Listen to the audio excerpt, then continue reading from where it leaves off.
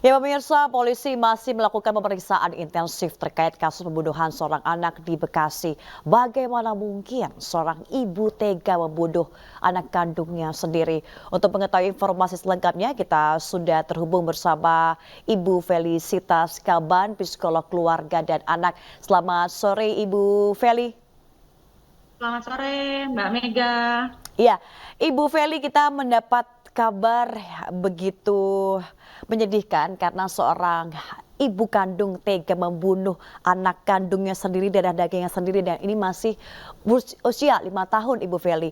Kalau Ibu Feli memandang kasus ini seperti apa? Apakah memang ada suatu penyakit tertentu dengan ibu ini atau memang emosi tidak terjaga sehingga tega membunuh anak kandungnya sendiri Ibu Feli?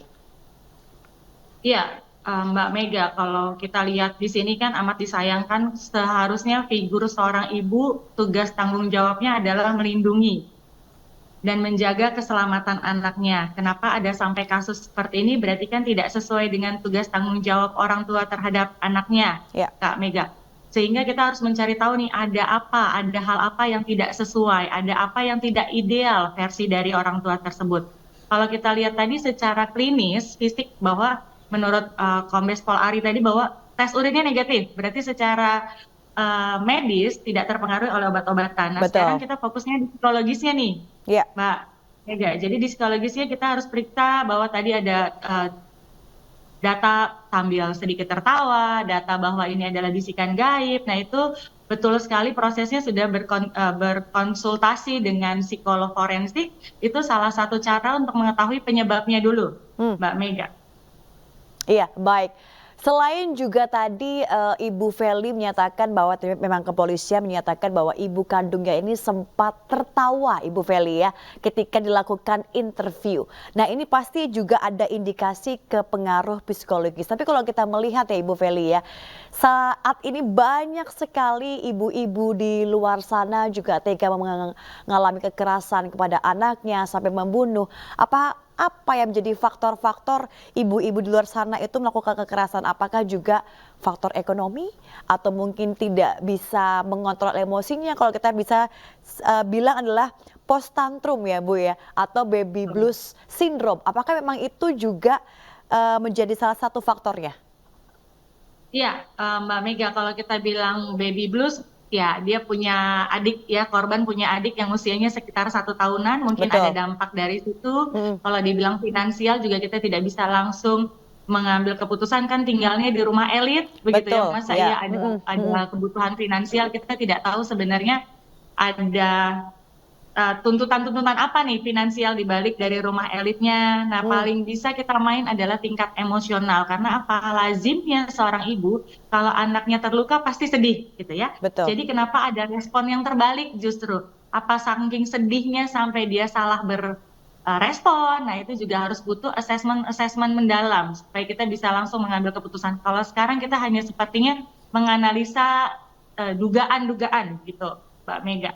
Iya, ternyata kami juga mendapatkan informasi Ibu Feli ini suami korban berada di luar kota. Apakah juga ini menjadi faktor utama juga bahwa peran suami sangat dibutuhkan ketika menjaga, apalagi ini dua anak ya Ibu Feli ya, yang pertama 5 tahun menjadi korban dan juga yang kedua 1,5 tahun. Apakah juga peran suami ikut menjaga, ikut merawat ini juga bisa mengurangi intensitas emosi ataupun mungkin baby blues syndrome kepada seorang ibu? Boleh dikatakan seperti itu, Mbak Hmm, Mega, karena lingkungan merupakan faktor terdekat yang bisa membantu seorang ibu dalam beradaptasi di pola baru ya, dalam hmm, profesi baru. Hanya kita tidak bisa serta-merta mengatakan karena memiliki hubungan jarak jauh di pernikahan menjadi salah satu faktor, gitu ya. Kita hmm. juga bisa lihat banyak kok yang hubungannya jarak jauh tapi baik-baik saja, gitu.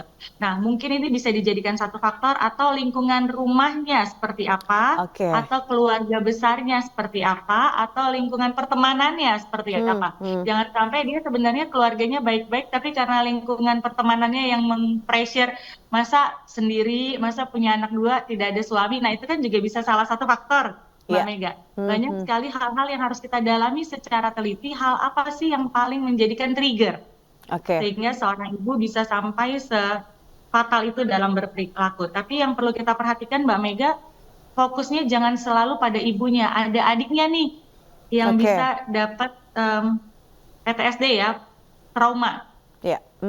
trauma syndrome. Nah, oke, sudah di-handle oleh Komnas Komnas Anak Anak ya, atau Perlindungan Anak, tapi itu tetap harus continue. Kenapa? Walaupun jadi saksi, tapi kan ada hal yang harus kita perhatikan dari psikologis anaknya, betul. Hmm. karena masih panjang ya. Oke, dampaknya apa Ibu untuk seorang anak usia 1,5 tahun mengalami traumatis dan juga melihat kekerasan di depan matanya? Satu, dampaknya pasti trauma. Kenapa? Itu Oke, adalah jangankan anak-anak, kita saja kalau melihat kekerasan yang bukan terjadi pada keluarga kita agak bisa jadi trauma, gitu. ya. Apalagi ini keluarga dekat, figur yang harusnya dia percaya bisa menyelamatkan, membuat mereka rasa nyaman, malah melakukan hal yang tidak seharusnya dilakukan. Hmm. Yang berikutnya adalah ada tindakan kriminal di situ. Nah, ini yang harus diperhatikan bahwa dampaknya bisa dalam jangka panjang, sehingga assessment-nya juga harus jangka panjang, Mbak Mega. Oke, berarti banyak faktor ya Ibu untuk memengaruhi seorang ibu ini memberikan kekerasan ataupun sampai membunuh anak kandungnya. Dan sementara Ibu Feli, informasi yang kami dapatkan bahwa data hasil pemeriksaan psikologi ini pelaku ataupun tersangka ini mengalami skizofrenia. Bagaimana Ibu ini soal tanggapannya? Bagaimana bisa jelaskan soal skizofrenia ini Ibu Feli? Kalau sudah dapat diagnosa schizofren, berarti sudah dilakukan rangkaian diagnosa oleh psikolog klinis atau Hmm, psikolog kriminal, Mbak iya. Mega. Schizofren adalah salah satu indikasinya adalah mendengar hal-hal yang tidak seharusnya didengar. Itu tadi Oke. misalnya bisikan gaib, gitu, atau ada kepercayaan-kepercayaan tertentu. Faktornya adalah tidak ada orang lain yang menjadi bahan diskusi, bertukar pikiran, Oke. menambah pengetahuan, sehingga ini membuat mereka jadi yakin terhadap apa yang diyakini, gitu, Mbak Meg. Oke. Berarti di sini ada halusinasi begitu ya Ibu Feli? Bahasa umumnya seperti itu. Oke. Dan juga kami mendapatkan informasi Ibu Feli bahwa sebelum melakukan pembunuhan kepada anak kandungnya ataupun korban, ternyata ibu kandung ini meminta izin kepada suami untuk pergi ke bandara tanpa tujuan apapun mengajak anak korban. Apakah ini juga sudah mulai ada gejala-gejala skizofrenia ini Ibu Feli? Kita tidak bisa langsung menyatakan seperti itu, Mbak Mega, karena kadang-kala kita ngajak anak kita untuk ngelihat pesawat, ngelihat Hmm, hmm, kereta, karena senang melihat anak-anak jadi senang, gitu ya, hmm, Mbak Mega. hmm, Kita harus tahu juga bahwa apa faktor dari tujuan untuk ke bandaranya. hmm. Kadang-kala kan kita, karena misalnya tadi dibilang dia cuma single parent, untuk orang Ya, suaminya jauh, dia mau menggantikan figur kehilangan suami atau kehilangan ayah dengan mencari misalnya anaknya hobinya apa nih, gitu. oke. Kalau anaknya ternyata hobinya pesawat-pesawat, berarti kan ada tujuan yang jelas kenapa dia membawa anaknya ke bandara. Hmm, hmm. Itu harus Iya, diselidiki lebih lanjut. Kita tidak bisa bilang bahwa tanpa ada tujuan. Boleh ditanyakan untuk apa sih ke bandara.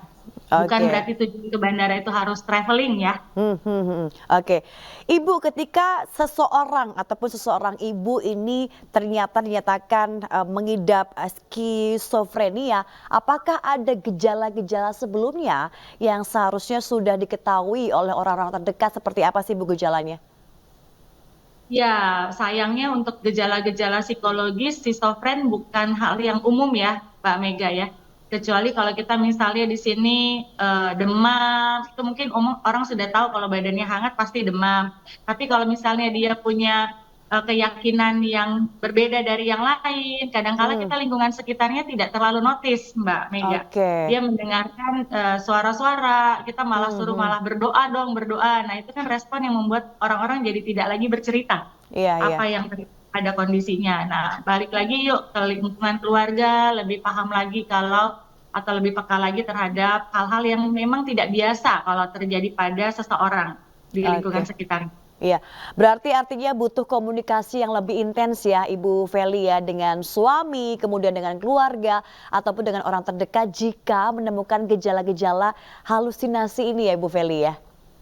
Ya, butuh Oke, penanganan atau respon yang tepat Mbak Baik, Mega. Jangan sampai mereka sebenarnya mau curhat, kita malah merasa mereka lebay, tidak punya oke. daya juang, sedikit-sedikit ngeluh gitu ya, Iya, iya. Mbak. Jadi harus pakai ya Ibu ya. Oke, Bu Feli terakhir Ibu Feli, apa yang menjadi saran ataupun advice dari Bu Feli sendiri jika seorang ibu ataupun seorang anak, seorang peran orang tua ini ya Ibu ya, untuk bisa menjaga emosinya agar tidak sampai terjadi kekerasan bahkan sampai pembunuhan kepada anak kandungnya sendiri Ibu?